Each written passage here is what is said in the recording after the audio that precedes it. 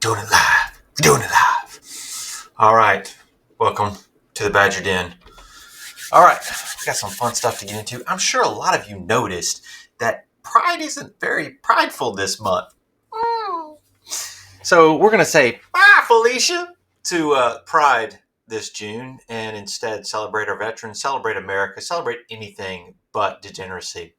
So with that, a fantastic shortfall has been upon us regarding all these Pride functions and all this money that's been going to pandering for essentially woke dollars. So it's fantastic to hear it, where essentially you've got all of this money that was initially from corporations basically throwing it in your face, saying, we don't care about mainstream America. We don't care about 98% of you people. We're only caring about this little 2% over here. We're not even going to celebrate the veterans. We're not going to celebrate America. We should cancel 4th of July, but we're going to celebrate this demographic. So fantastic to hear it. And for all of you people being like, well, what's the big deal? How many videos have you seen over the last 2 years during Pride celebrations where a little kid had junk in the trunk shaken in their face? And no, I'm not talking about that junk in the trunk. I'm talking about the front junk in the trunk. Yes, you can now go vomit. It is disgusting. It is degeneracy. If you were doing that any other day of the week, you would be a PDF. You would be tackled to the ground. You'd be beaten. If you were in a real American area, a man would come up and just jump you and pound your head into the pavement because you did that to a small child, and rightfully so. So, not calling for violence, but the point is that if you're doing that sort of stuff and you're celebrating that sort of stuff, you are promoting degeneracy to a child. You are a groomer. You are PDF adjacent. How do you like that, PDF adjacent people? So, fantastic to see this June that we're coming back to some sort of normalcy where you're not having children be thrown into some sort of grooming type of scenario that's out in public. Just absolutely abhorrent, absolutely nasty. Love to see it. Loving this. Survey says there will be no Pride Month. And you're like, well, why should the U.S. not promote Pride? Please, we took down the American flag and put up some rainbow discoloration that is just absolutely abhorrent and just nasty blasphemy, where you're putting that up on the White House lawn and you're having men flash national broadcasts across the entire country. And again, in front of children, just putting degeneracy on display. Let's get away from that. Let's instead celebrate America, because that's what we should be doing, because we are all Americans legally. We'll get into that in a moment. So fantastic to see. And not only that, you're wondering, everything that's woke goes to or pretty much anything woke dies. In a reversal of this, guess what? Our military has been able to announce that the recruitment numbers for the entire year have been filled. Wait a minute, you say, but we're only halfway through the year. You are correct. We still have many more months to go, and we're already fulfilling our recruitment goals for this year for the military. I wonder why. Because we got the woke out. And again, loving the absolute disgustingness that's going on with showing the left for their hypocrisy. Just pretty much giving money to illegals. So we know it's been happening as far as where the government themselves are setting up hotels, motels, luxury hotels in New York and across the country, where you're putting illegals up and just giving them free range in New York City of all places. Like, I would love to be able to go to New York and be able to afford that, but that's okay. The hotels are completely filled up with illegals, paid for by the U.S. government, which is, oh yeah, that's right, that's me. And the private sector, of course, those without any scruples have decided, I want to get in on that too. How can I get on that? Because the U.S. government can do whatever they want. How do I get around that? Well, leave it to, of course, Tom Steyer, who has figured out, well, all we got to do is be able to track these people. So we can just get them ITINs, essentially a individual taxpayer number, similar to what businesses go through to get a tax number to be able to file their taxes as a business, and say, here's an entity that we can now track and therefore file upon them and track them for these loans. And they're claiming systemic racism. We don't have time to go into how stupid that is, but essentially showing their racism right here, communities of color. So you're essentially assuming that all illegals are what? Oh, that's right. There are a whole plethora of different people. So you're basically saying as long as they're not white, they should be able to get it. Or as long as you're saying, well, as long as they're a community of color. So if they're a white illegal that comes in, and guess what? They should be kicked out too if they're illegal and they're white. I don't care. If they're illegal, I don't care whatever prefix or suffix that you want to throw on there. If they're illegal, that's all I need to know. Kick them out. Communities of color. So you're essentially assuming that only illegals of certain colors can get this. Again, showing the hypocrisy of the left where they are all essentially racist without knowing they're racist. Because they... Be nice. Be nice. I know. Woosah. Woosah. Okay. Let's go home. So what's funny about this is you've got $25 million in auto loans in 2022. They have now doubled this. So coming out in 2024, the latest numbers, it shows that they've done over 1,600 loans, which equates over $50 plus million that have gone out to illegals for these auto loans. Let me ask you something. Who is that hurting?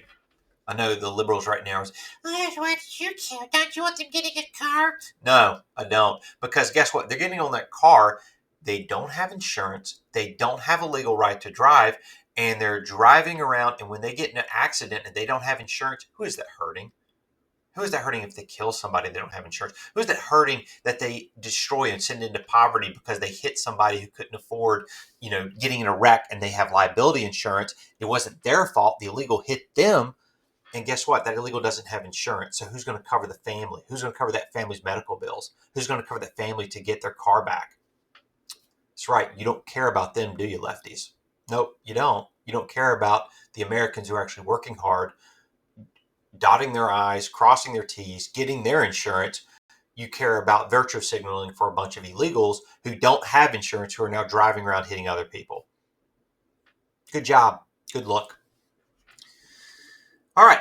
So in a segment, I'm going to start calling Tell Me a Commie Without Telling Me You're a Commie.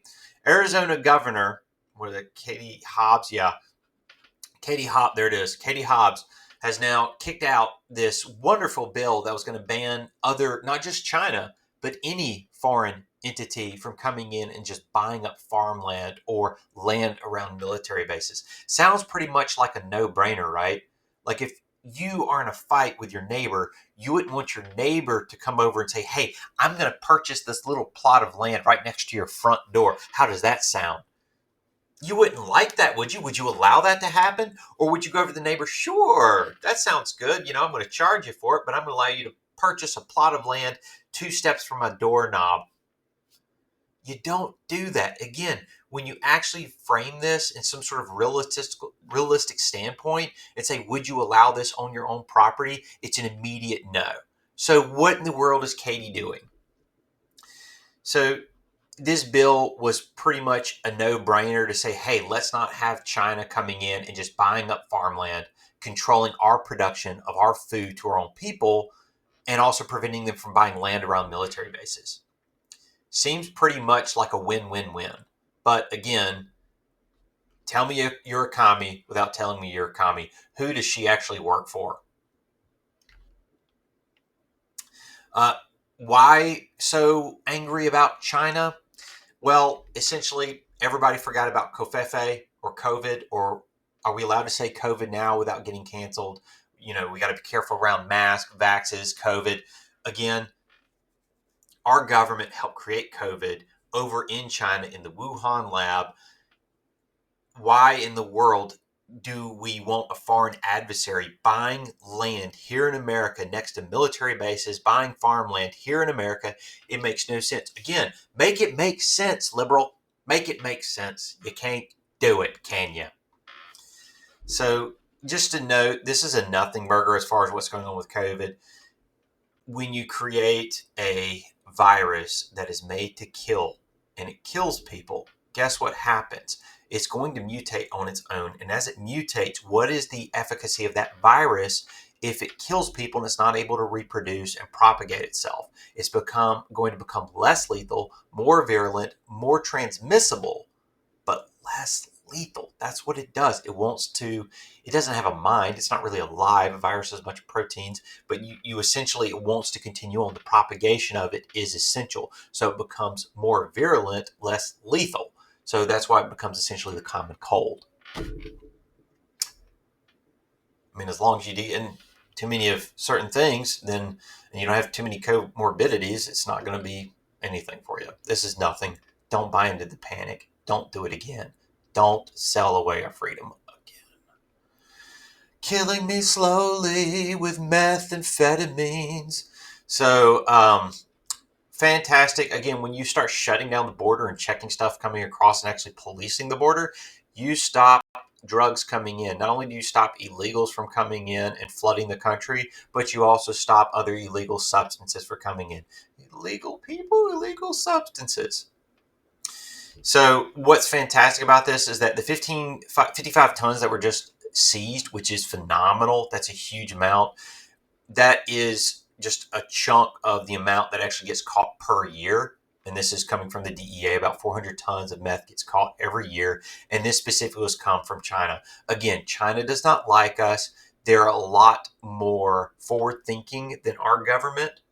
Unlike our government or even our corporations that look from quarter to quarter, fiscal year to fiscal year, or even 4 years to 4 years, even if that with our country, China looks on a much longer timetable. They look on a 50 to 100-year timetable. They are willing to do death by 1,000 cuts, and they mean it. They will do every little thing to try to slowly weaken and demoralize and destroy the U.S. because they play the long game. They want to survive. They want to be the world leader. They want to be number one. They are not going to come at us head on. They're going to come at us sideways. Clever girl. Who got that reference? So essentially this 400 tons per year, or actually no, this 55 tons per year is, per the CDC and NIDA, saves about 1 to 2K lives per year. So extrapolate that out, 1, 2, 4, 6, 8. So you're looking at approximately 8 to 10, 12,000 lives per save per year, which is fantastic. So cutting out the drugs, cutting out any sort of illegal things coming across the border does help people, not even getting into the illegals that are clearly criminals that are going around killing people and doing the R word to children. Very sad, very disgusting. Make it stop. And of course, the 50% still tariff that I mentioned in a couple of these went into effect today. Don't buy into the hype. It's not going to hurt anything. Again, pointing this out very, very clearly. If you are looking at that steel and what's going to be used for, looking at some sort of component like a car, it's only going to be 4% of the total cost, which on the median car here in the US is about $1,300. So that means only that amount that's coming into the country as far as the components being used to produce the car is being taxed, not the entire car. So if you're looking at the 50%, that means that you're looking at approximately $677 that's going to be added onto your car. But wait, there's more. Only 1 to 2% is going to be impactful. So essentially, that's only 2% of the total value of the car, or looking at it another way, the actual manufacturer and producer absorbs about half of that cost or more. Sometimes less, sometimes more, but generally about 50%. So you're really on a 50% tariff. You're actually only going to see an increase of $338 or $350. Come on, guys. Saving America here. We can, pull up on our bootstraps just a little bit, weigh this out, hang in there. I believe I just saw it mentioned that jobs report came in and shot up, I think 37,000, 40,000, somewhere around in there. Give it time. It will work. Foreign direct investments coming back in the country. Jobs are being reshored. Hang in there, guys. It's going to be a bumpy 2025, but it will get better. Hang in there. I believe in it. It will happen. It's going to happen. So thank you, guys. Very excited about this coming year. Hope everybody continues to give me feedback. I've boosted up the microphone volume a little bit. If that's not enough, let me know. I'm going to do some other things. But hope you're having a fantastic, what is it, Tuesday? Is it Tuesday or is it Wednesday? I don't know. It's either Tuesday or Wednesday. But again, stomp on the rainbow, the bad rainbow, not the good rainbow. And see you guys in the next stream. Bye, peeps.